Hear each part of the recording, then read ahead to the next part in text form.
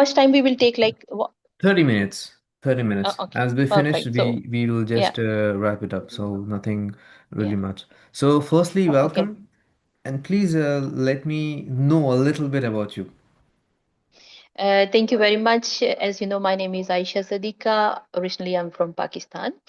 And I worked for the Pakistan government and also on the international level, like for 17 years. And after that, I decided to complement my experience with my qualification because it is very important, especially in the field of drug demand reduction and addiction. It's very important, and particularly in Asia and Africa, this problem is growing more and more.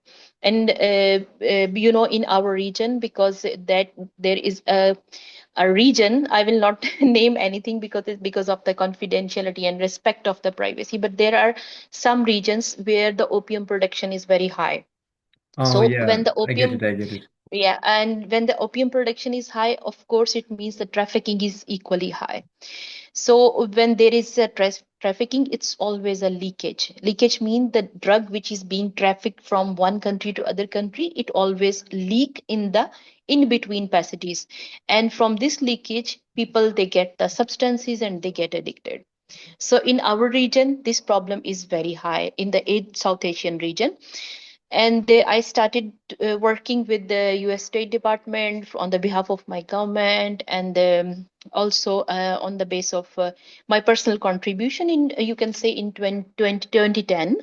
And we brought the evidence-based prevention treatment and curriculums which we developed with the help of INL State Department. I am also one of the core team who actually contributed in the development and implementation. So it's a long journey, finally which ended in Prague with the PhD at the first faculty of medicine. So basically we are developing some tools for the prevention, because this addiction, if you talk about the addiction, it is actually comprising of the three phases. The first is prevention, which we can do, and it's easy. I will say it's easy as compared to treatment. But if somebody is already addicted or they are on some kind of substance, then what we do, we go for the treatment. Treatment is normally from 15 days to 3 months, because it's a kind of detoxification. We call it detoxification. Once the drug is eliminated from the body, then the person is moved towards the recovery. We call it recovery, or also call it the maintenance. So for with the professional perspective, the prevention and recovery, they both are important, because treatment phase is the shorter, and sometimes in recovery people again they relapse. Relapse means they again back to the drug, maybe partially or completely. So this is the background, and today we are like talking about the legal substances. So some substances are legal in Czech Republic, And what and do you mean yeah. by legal substance and what they are actually?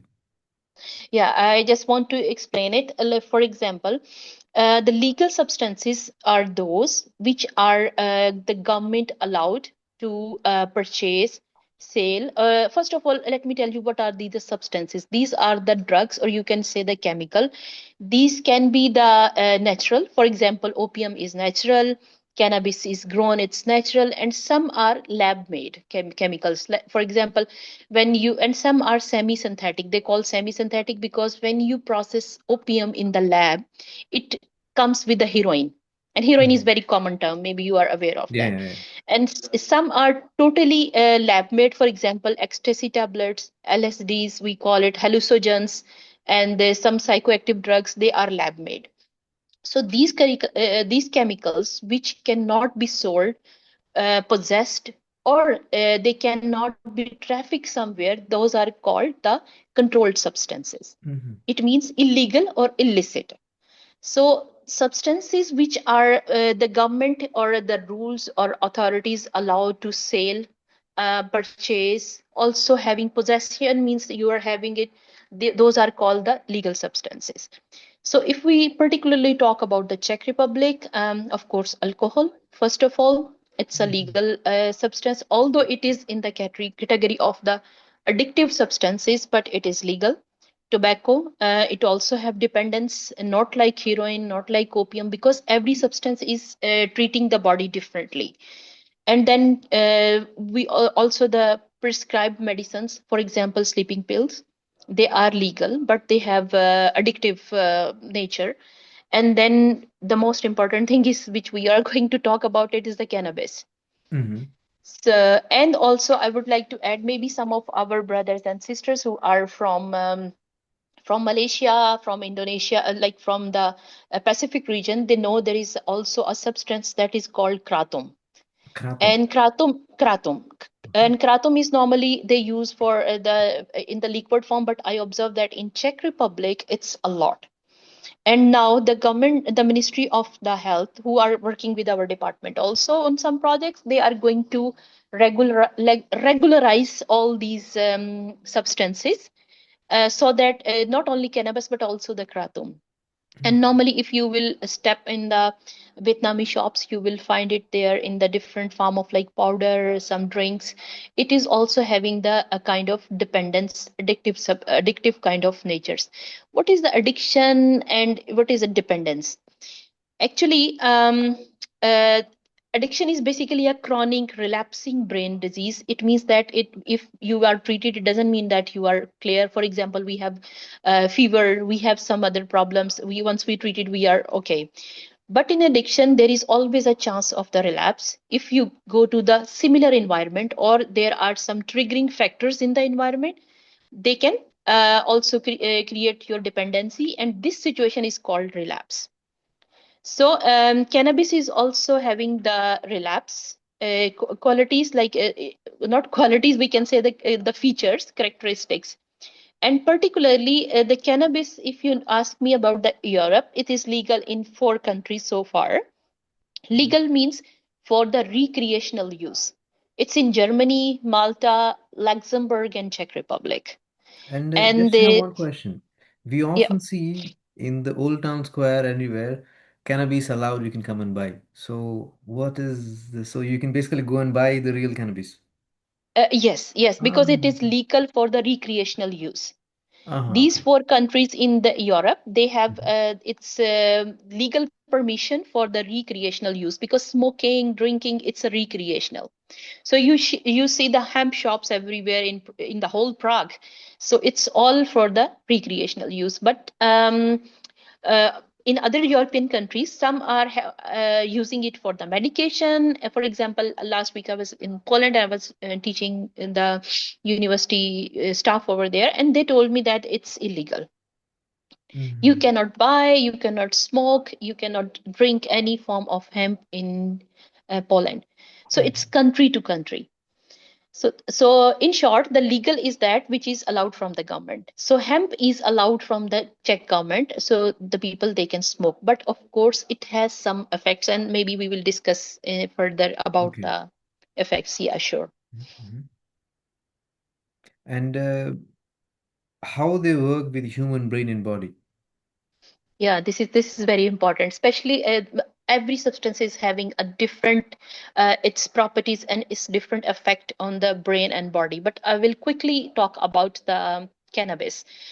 Basically, what the substances do, they actually alter the function of our nervous system.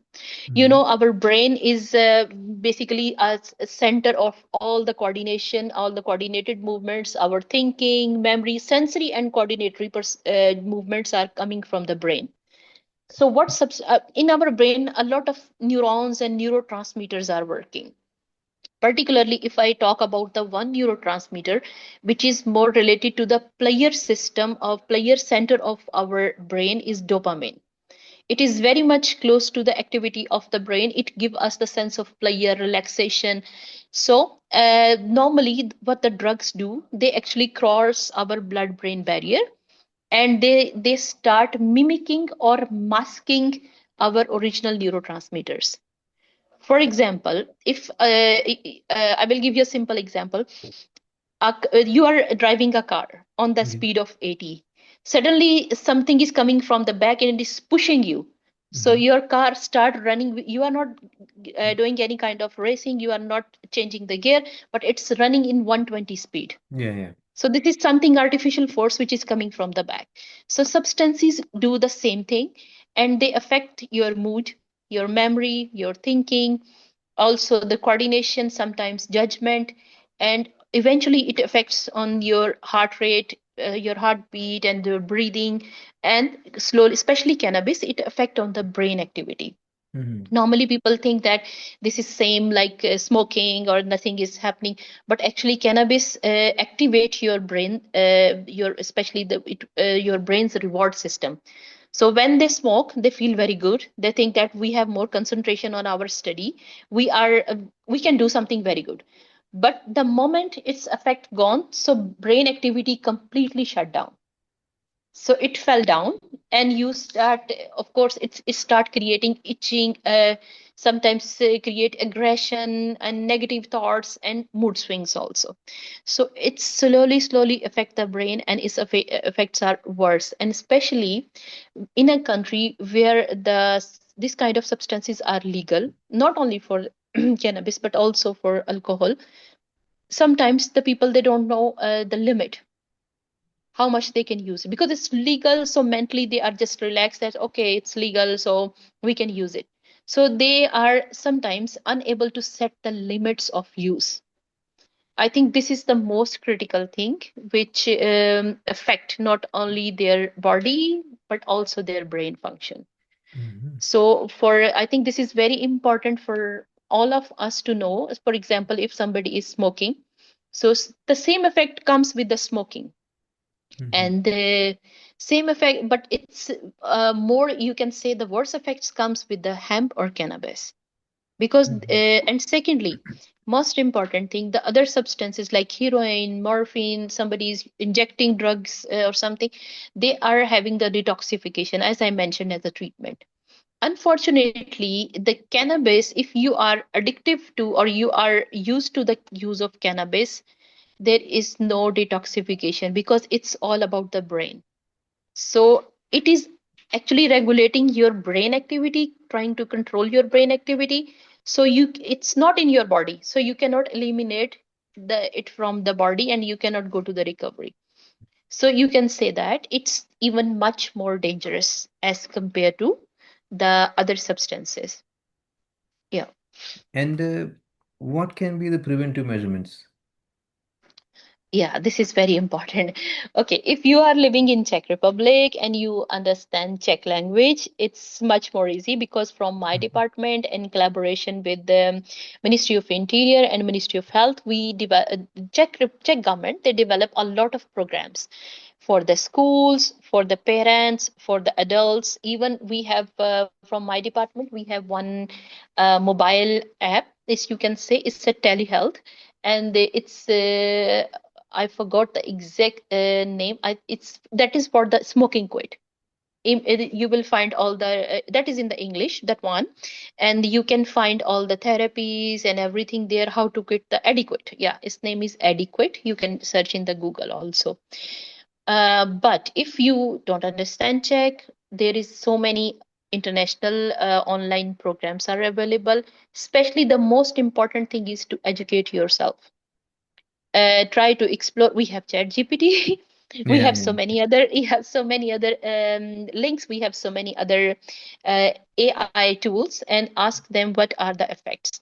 It is very important to educate yourself. And secondly, secondly, it is also very important to develop the to learn the stress management and coping skills, Mhm. because mostly it comes because of the stress. Most of us, like we are here in this country, we don't know everybody, our family is not here, our friends are not here, sometimes we are very much homesick, sometimes we need a support. So it's when you are alone especially, you need to learn how to develop your coping skills with the situation.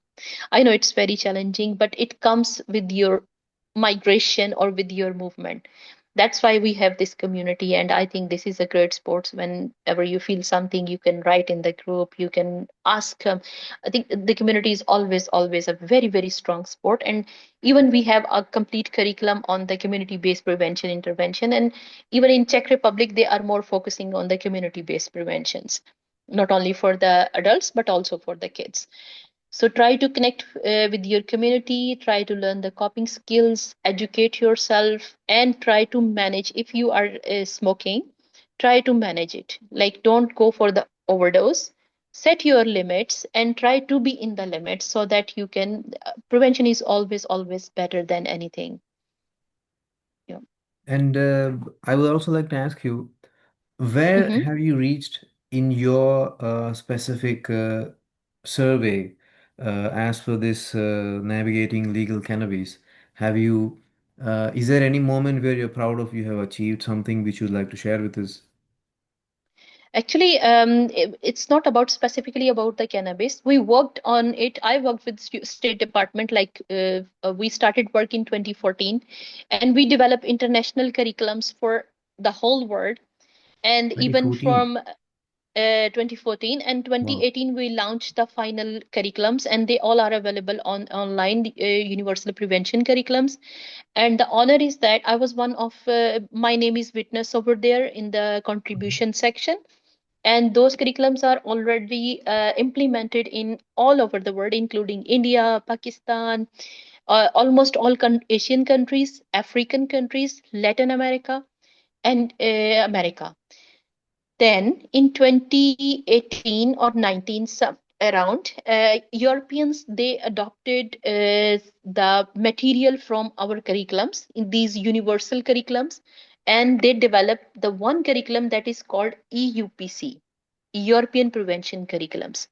So European actually adopted from those curriculums.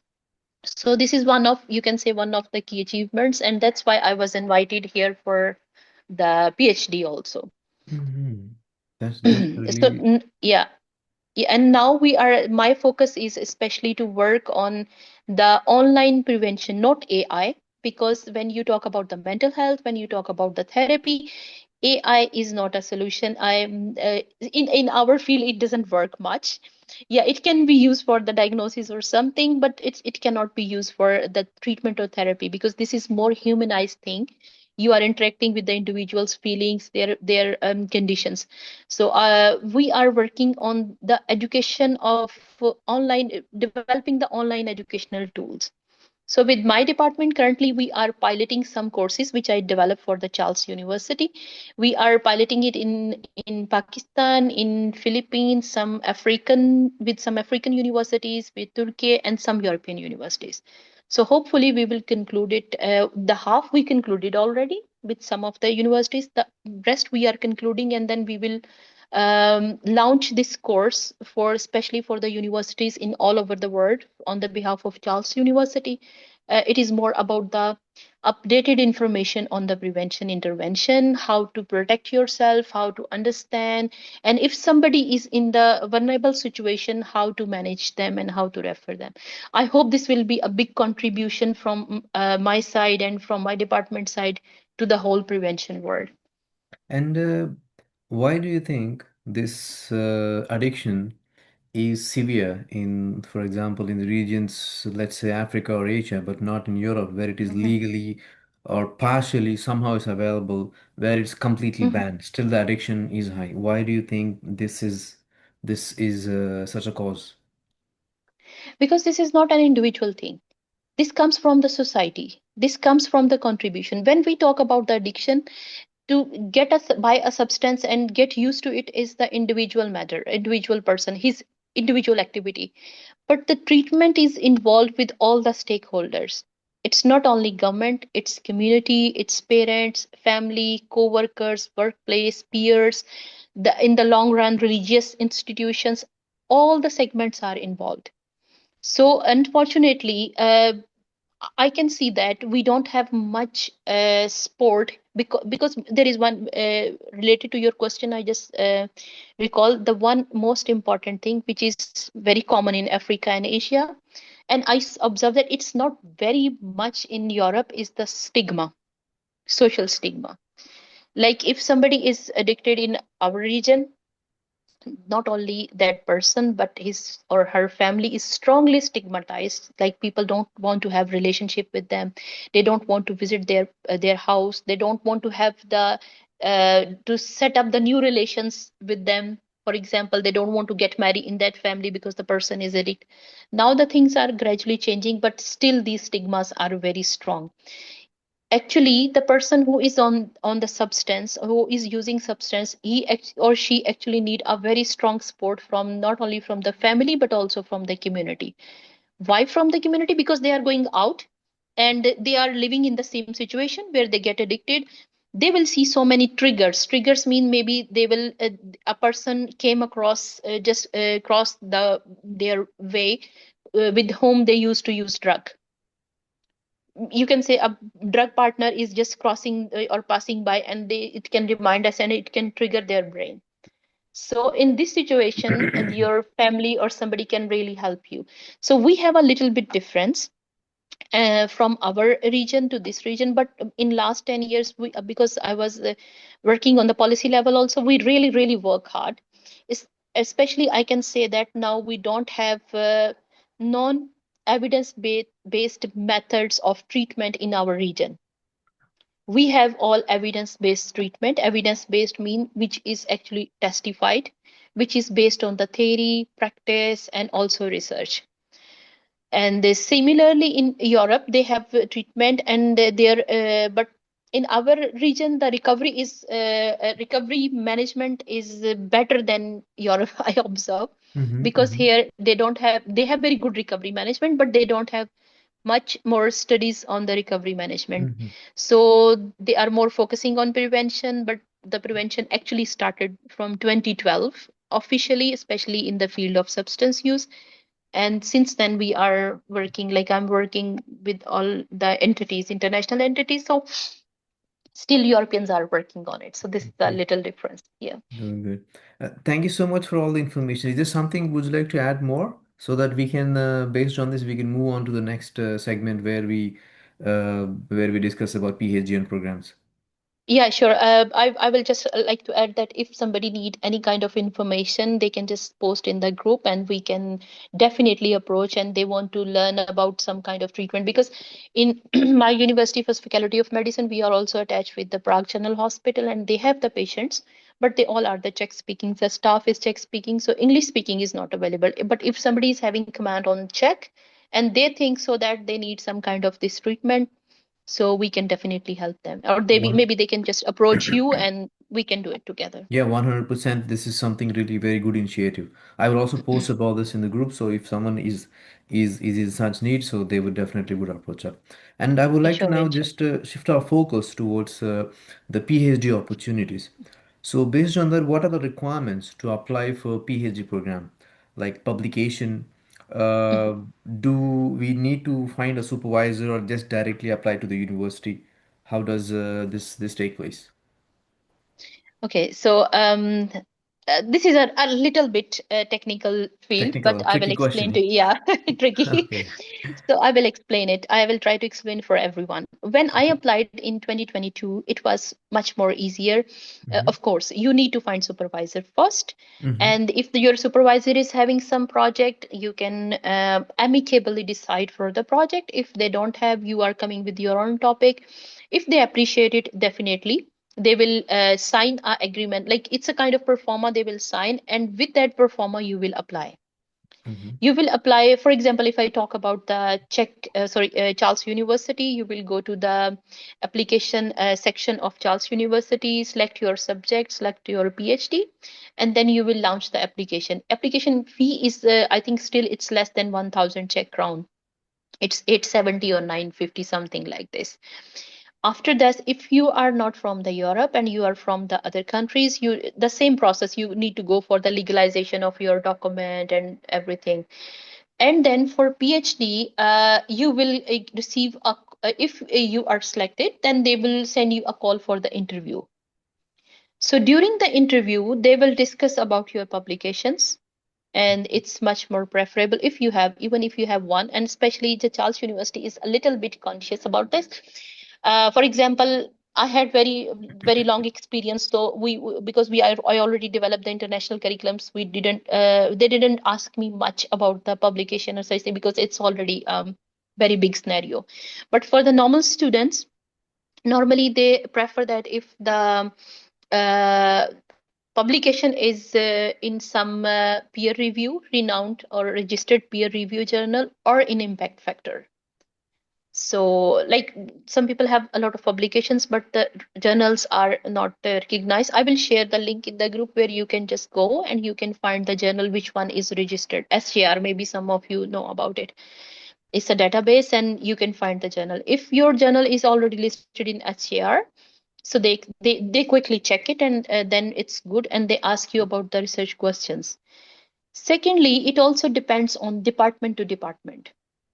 And some departments, like for me, it's there is no fee, annual fee for the PhD, but in humanities there are some fee like 600, 700 euros per year the student have to pay. So they will, if you pass the interview, then definitely you will be start your PhD.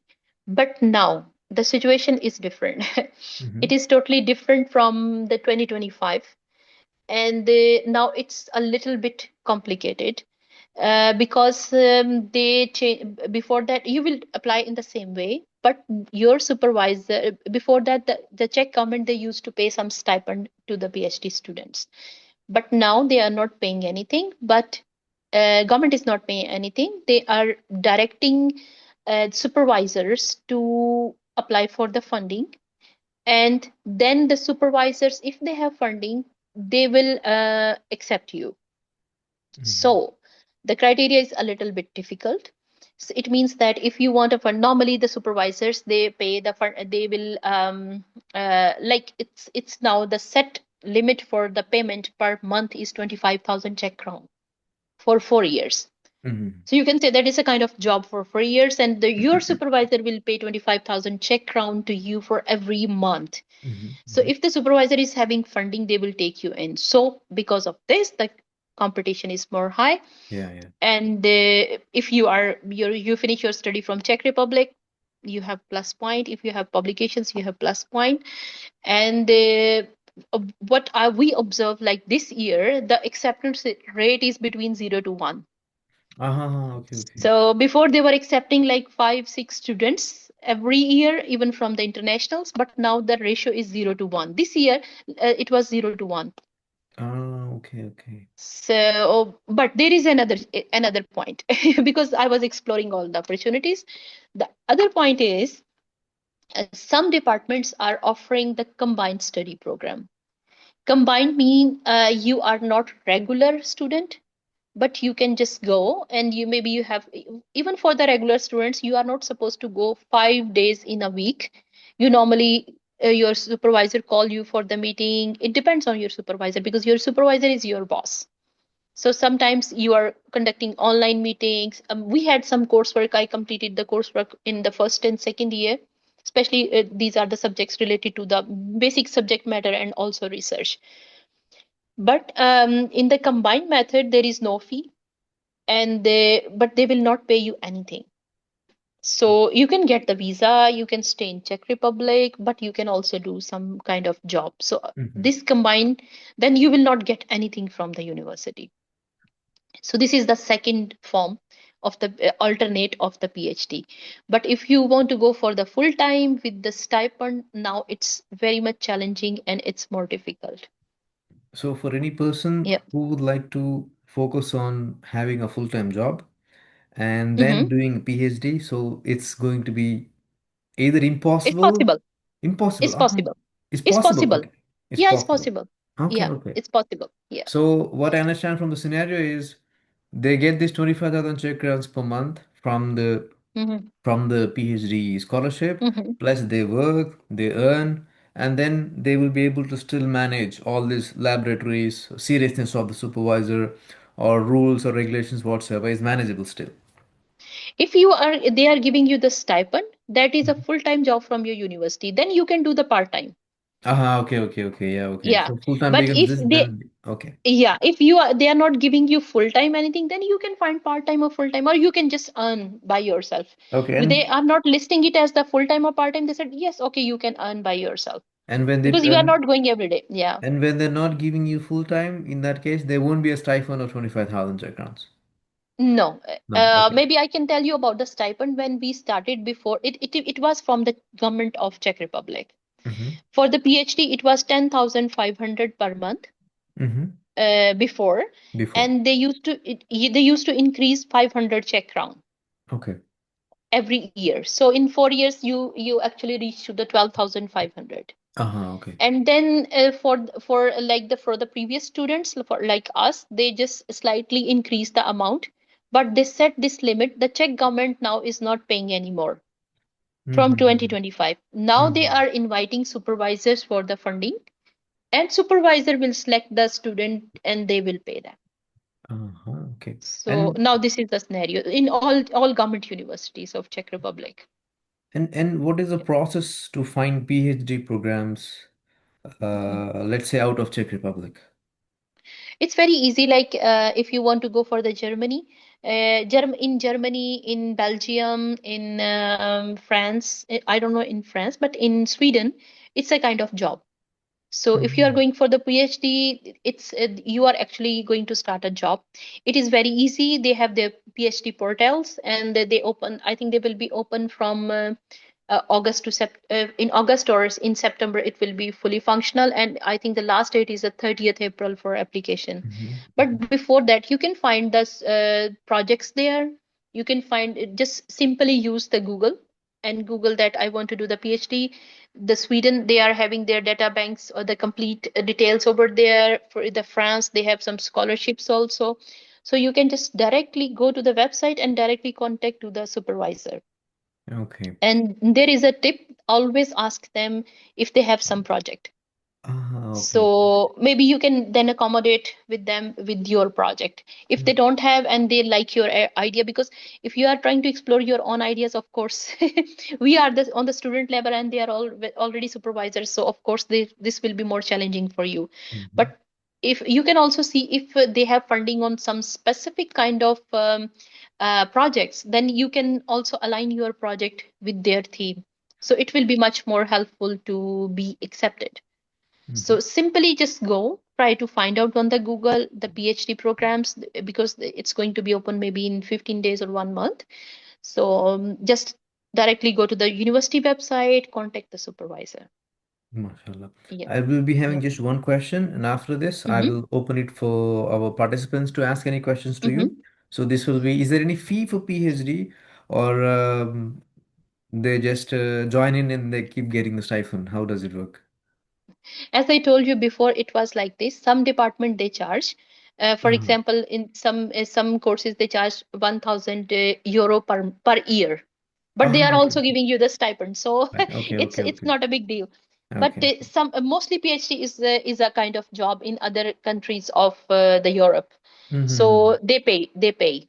For Okay. example, in Germany, it's average from 1,500 euro to 2,500 euros in between, Mm-hmm. and Mm-hmm. same is in Belgium. So they will pay. And secondly, you can also explore some chances to work in the department. For example, there is a research projects and you can earn more. Mm-hmm. For example, I was teaching, so you can also teach in your department. Okay. So this Okay. kind of opportunities you can explore side by side with your PhD. So Perfect. overall, it's not like masters, like you have to pay 6,000 euros or 7,000 Yeah, euros yeah, per yeah, month. yeah. Okay, Yeah, okay, it's yeah. not like that. Yeah, it's I more got it. beneficial. Like you are on the Perfect. higher level of qualification. And one question is, once you finish PhD, are there any opportunities for people actually when they finish the PhD? Is it only that you have to be in the academics, Mhm, or maybe you can be something like maybe become a CEO, maybe become a general mhm, manager? Are there such mhm. possibilities? Uh, Actually, it comes with your. Sometimes I say it comes with your luck and with the blessing of Allah. So, Okay, okay, yeah, true, it's true. but yes, of course, because now the things before, like when we were the kids, it was a concept. Just you can only work with the you can say with the government, or these are the stable jobs. But now you can find very good opportunities with the different departments of United Nations. Mm-hmm. So, Oh, okay, okay. especially since they launched the SDG program, Sustainable Development Goals, so they Mm-hmm. divided different fields, for example, finance, management, healthcare, prevention, treatment, women issues, gender-based issues. So it's much, especially with the European masters or PhD, you have more. You can say you have more options to join the private international INGOs, the called international non-government organizations, Mm-hmm. and they have very good salary packages also. Perfect. So you can just find that interest and then you can apply. And it will be much more easy for you. It make actually your path more easy when you are having international degree. Perfect. So with this, Yeah. I end my questionnaire. The participants, do you have any questions? Hello? This is most of the time biggest challenge for me to get the participants active. When I close down everything, then they reach out to me. Hey, I had this question. So No problem. They can just post in the group and we will yeah, possibly definitely even that's address. also Yeah. possible. Yeah. So I believe there Especially, there there, yeah. there was one sister. Let me just find her. I believe maybe it's Zamzam Mustafa. I believe she must be having some question. I believe the session was actually planned based on her questions. Mm-hmm. Um, Maybe she's not online. Hello? Mm-hmm. Okay. There isn't any Oh, possibility. hello. Howsoever, Hello. Yeah. I'm So, really Yeah, glad for your time. Really, you took yeah, time for us. And yeah, I think Zamzam is here. Hello? yeah, hello. Hello, Yes. Assalamu Please ask alaikum. your question, sir. Alaikum salam. Yeah, Yeah. uh, thank you so much for your time, first of all. And then I can say, almost all my questions have been answered. I was asking Muhammad Mm-hmm. before, Mm-hmm. and my question is, it might be too specific, but um, when we choose areas that we want to specialize, Mm-hmm. sometimes it sometimes it's really too specific, and then we may not get like a field or a project or application Mm-hmm. to. Yeah, so for in my case, I think it's a bit different from you. I Mm-hmm. have studied master's degree in informatics, so I wanted to focus on data science, let's say. Mm-hmm. So I'm not really getting like exactly data science, like a PhD program in data science, but Mm-hmm. I can get like i- information technology or information system or information Mm-hmm. engineering, or it's just like informatics. Informatics is really general. So in Mm-hmm. this case, I mean, is there, do we need to just join related fields like that, and then we can specialize into the area that Mm-hmm. we want when we do Mm-hmm. dissertation, or Mm-hmm. there's no way to do like that? We have to look for what we are looking. Mm-hmm. Yeah, that was Okay. my question. I hope it's Yeah. clear. Okay. So I think this is really very challenging situation. So what I can suggest to try to find a supervisor who is Mm-hmm. actually worked on the same topic. But I will again say don't restrict yourself on the one topic. When Mm-hmm. once you entered in the PhD, you can modify your research. For example, my PhD is on the prevention sciences. Okay, it's a very big kind of paradigm. But I'm only focusing on the educational tools. So Mm-hmm. maybe you can just enter in the informatics as journal, and then you can with the this is purely your and your supervisor's decision. So you both can Mm-hmm. discuss together, and then you agreed, you can set up your proposal, and even within 1 year you can change your proposal also. If you are not satisfied, you are not thinking, you thinking that it's not working, you can change it before 1 year. You can just register it, change your topic. There is always an option, especially in Czech Republic, you can do that. So because when you will be more specific, you are more in directional. So it is really hard to find your topic in the PhD. So Mm-hmm. just try to be open and take it as a journal topic. Discuss with your supervisor. For example, bioinformatics is my topic, but for example, I want to work only on the data. So can we Mm-hmm. make some proposal or some our synopsis related to the data? So your Mm-hmm. supervisor can help you in this way. Just try Mm-hmm. to be open, and then first go for with open, and then try to slowly narrow down your interest and your topic, and then you will be more focused. I got it. Okay. Yeah, Thanks so much. Jazakallah. sure. Anyone has any more questions? I believe no one has any questions. Would you like to add something, Yeah. Sister Aisha, before? Thank you very much once again. And I really enjoy this conversation. And whenever you guys need, and whenever you think that there is any kind of support, technical, professional support, so of course you can just contact me. 100%. Definitely. We Thank would you. really love to connect with you. Thank you so much Thank you. for this time in session. And I will Thank post you. that, whenever possible, we can reach out. Jazakallah khair. Yeah, yeah, yeah, yeah, sure. Thank you. Thank you Thank you so so much. much. Thank you, Have a good everyone. day. Thank you Good too. day.